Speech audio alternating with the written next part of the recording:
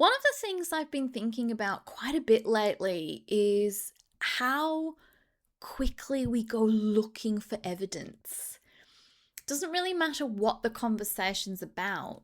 If we're talking about learner outcomes, we want completion rates. If we're talking about assessment quality, then we want validation records. If we're talking about PD, we want attendance sheets. If we're talking about self-assurance, that the first question that I actually usually hear is, what evidence should we be collecting? And I've actually begun to realize that I'm no longer convinced that that's the question we should be starting with. In fact, I think we've become so focused on collecting evidence that we've actually forgotten to ask ourselves what we're actually trying to understand. They're not the same thing. And I think the distinction matters more than we realize. I wrote an article on LinkedIn last week called In Search of 42. It was based on the Hitchhiker's Guide to the Galaxy. Now, if you've never read it, there's a wonderfully ridiculous premise running throughout the story. A supercomputer spends millions of years calculating the answer to the ultimate question of life, the universe, and everything. And after all that time, it proudly announces the answer 42. Now, it's funny because the answer is so spectacularly underwhelming, but it's actually not the joke. The joke is that everyone suddenly realizes they don't know what the question was in the first place. And, I wonder whether we do exactly the same thing in vet, right? We become so determined to find the answers that we don't spend enough time making sure we're asking the right questions. And I think that is particularly true when we start talking about self-assurance. We've approached self-assurance as though it's primarily an evidence-gathering exercise. We ask what reports we need and what data we should collect, what documentation we should be retaining, what evidence will demonstrate that we're meeting the standards. And they are all perfectly reasonable questions, but I've started to wonder whether they're arriving a little too early in the conversation, because evidence on its own doesn't tell us very much, right? Evidence answers questions, but the quality of what we learn depends entirely on the quality of the question that we asked before we started looking for the answer. And that's quite a different way of thinking about self-assurance. Now, when I say that evidence isn't the place to start, I'm not suggesting for a moment that evidence isn't important, right? Quite the opposite. Evidence matters. The decisions that we make should absolutely be informed by data, by observations, by learner feedback, by outcomes, and by all of the information that we gather through our day-to-day practice.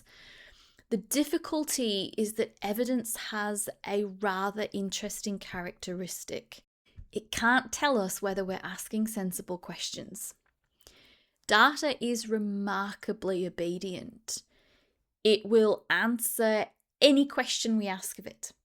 If we want to know how many learners completed a qualification, the data can tell us.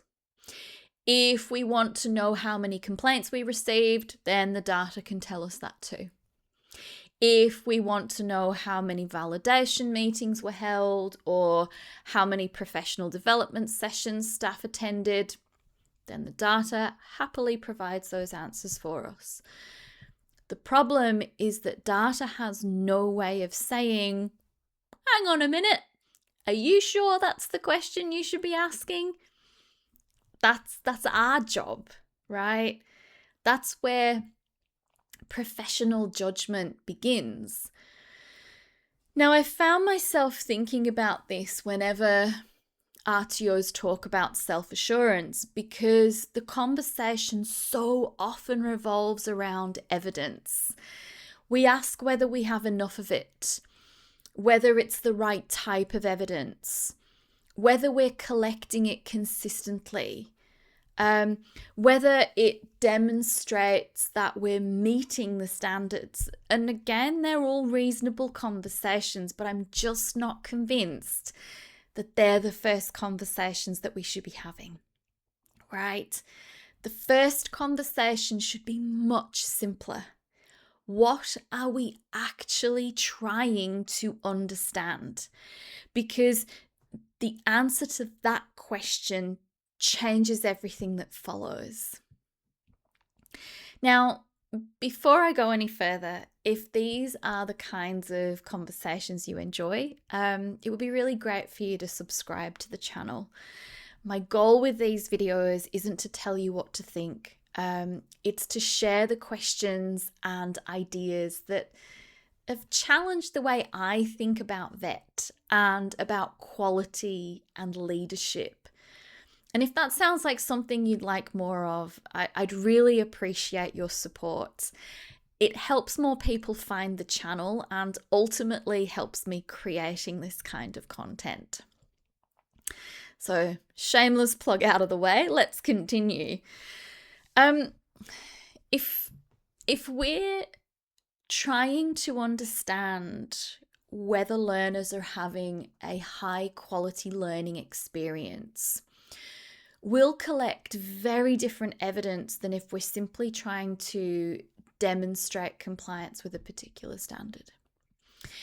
If we're trying to understand whether our trainers are becoming more capable, then we'll ask very different questions than if we're simply checking whether everyone attended a PD session.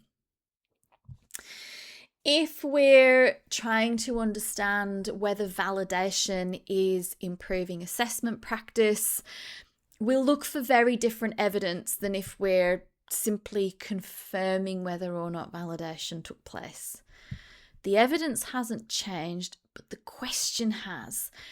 And once the question changes, the conversation changes with it.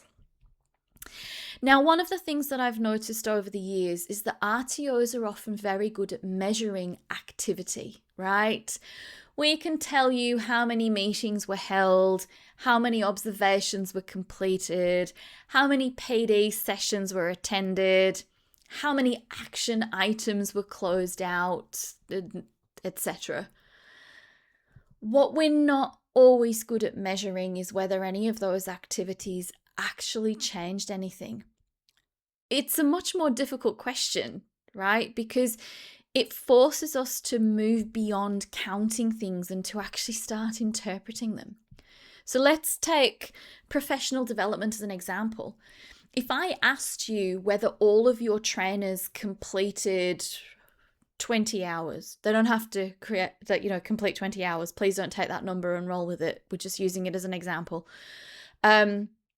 If I asked you whether all of your trainers had completed 20 hours of PD, that's a relatively straightforward question to answer, right? Somewhere there's probably a spreadsheet or attendance sheet that will tell you that. But if I asked you whether those 20 hours fundamentally changed the way your trainers approach training, assessment, learner support, it's an entirely different conversation, isn't it? One question's just asking about attendance, whereas the other's actually asking about capability, and those things are not interchangeable.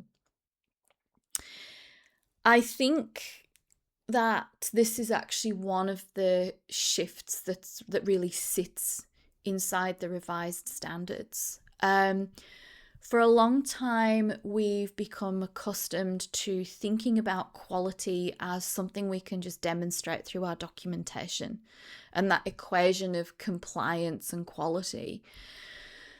The revised standards haven't removed the need for evidence, but I do think what they have done is they've nudged us towards something more interesting. Right? They're actually asking us to exercise professional judgment. They're asking us to explain why we believe something is effective, not just, prove that we've completed a process. And that is a much higher bar, but it's also a much more interesting one, because once you move into the world of professional judgment, then certainty starts to disappear and curiosity becomes much more valuable. And I wonder whether that's why I've become slightly uncomfortable with the phrase continuous improvement. And it's not that I disagree with it, right? Organizations absolutely should be committed to improving continuously. I just think that we've become very focused on the destination and not nearly curious enough about what actually gets us there. Improvement doesn't begin with an action plan. It begins with someone noticing something that doesn't really make sense. It begins with someone saying, "Oh, I wonder why," or "That's interesting," or "What are we missing?"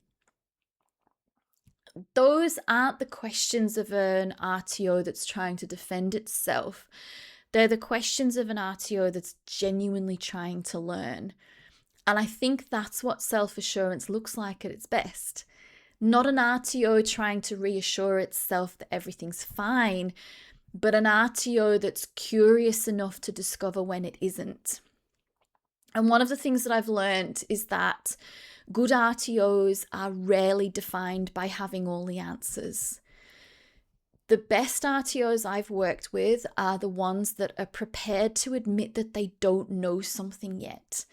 They're comfortable saying, "Well, that's an interesting result," or "Oh, we weren't expecting that," or even something like, "I think we need to understand this a bit better before we actually make a decision about what to do," right?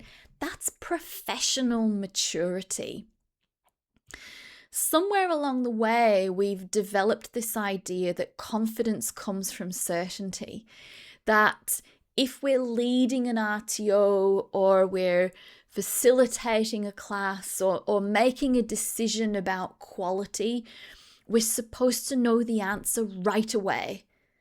Some of the people that I've learnt the most from have been the ones who were prepared to sit with uncertainty, right?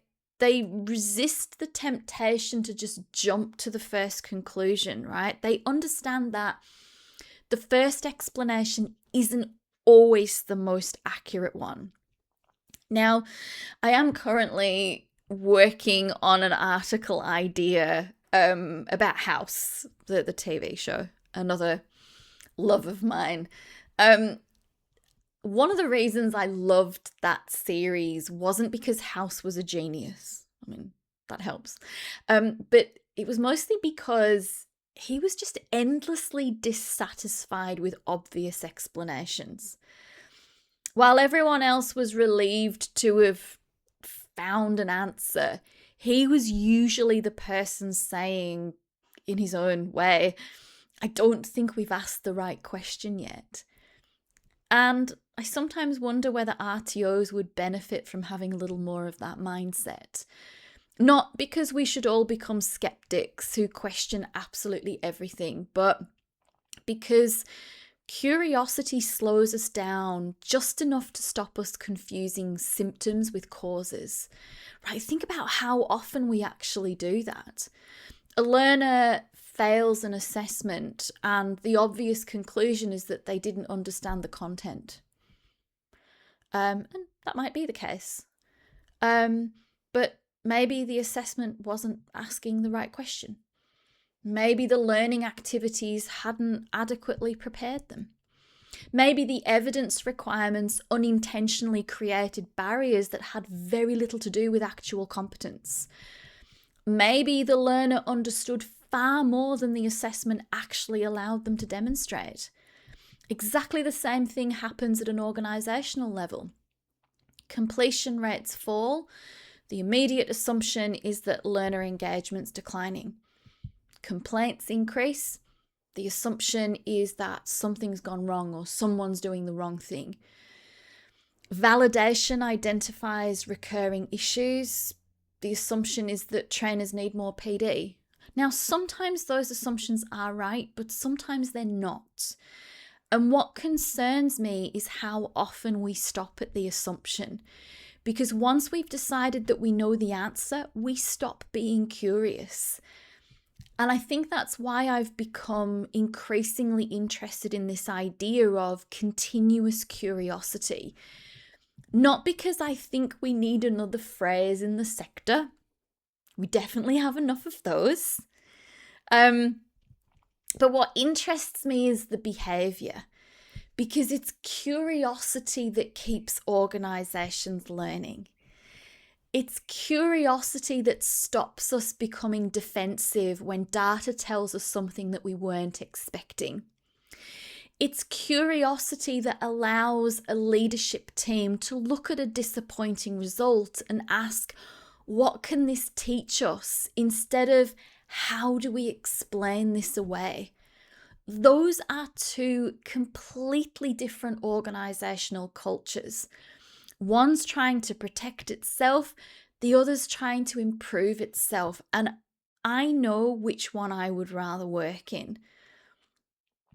Now, the more I think about this concept of self-assurance, the more I wonder whether we've actually accidentally described it backwards. Now, we often describe self-assurance as a process of gathering evidence so that we can be assured that everything's working as it should. But I'm actually starting to think that that's the wrong way around. Maybe self-assurance isn't about reassuring ourselves at all. Maybe it's actually about challenging ourselves, about creating regular opportunities to ask questions that make us uncomfortable. Things like, what if we're wrong? What haven't we noticed yet? What assumptions are we making? Right? Those questions don't always produce comfortable conversations, but they do produce learning. And if the revised standards have taught us anything over the last 12 months, I think, it's that quality doesn't improve because RTOs become better at proving they're doing a good job. Quality improves because RTOs become better at discovering where they can do an even better job. That's a very different mindset, and it's also a much healthier one. The more I've thought about this, the more convinced I've become that self-assurance actually has very little to do with certainty. I'd actually probably go as far as saying that certainty actually can get in the way. Because once we're certain, we stop asking questions. We stop noticing things that don't fit our assumptions. Evidence starts to become something that confirms what we already believe, rather than something that actually helps us to discover what we might have missed. And that's confirmation bias, and every single one of us is susceptible to it. It's one of the reasons that I think curiosity is such an undervalued leadership capability. We often talk about curiosity as though it's a personality trait, right? Something that you're either born with or you're not, but I really don't think that's true. I think curiosity is a discipline. It's the discipline of pausing before jumping to a conclusion, of asking one more question. The discipline of saying, I'm not sure we've really understood this yet, right? That's what professional judgment looks like. Not someone who always has the answer, but someone who's prepared to keep exploring until they're confident they've understood the problem. That's a very different kind of confidence. Now, if you've listened to my podcast recently, or you've read any of my Sunday morning coffee articles, you might have noticed that I've been talking a lot about questions, and that's not accidental.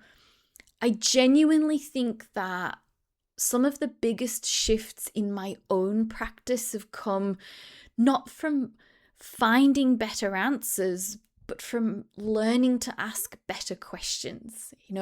Questions like, what problem are we actually trying to solve? How do we know? What assumptions are we making? What would change our mind? They can be deceptively simple questions, but they have a habit of changing the direction of the conversation. And for me, that's what self-assurance should be doing. Not reassuring us that we're right, but helping us to discover where we might be wrong.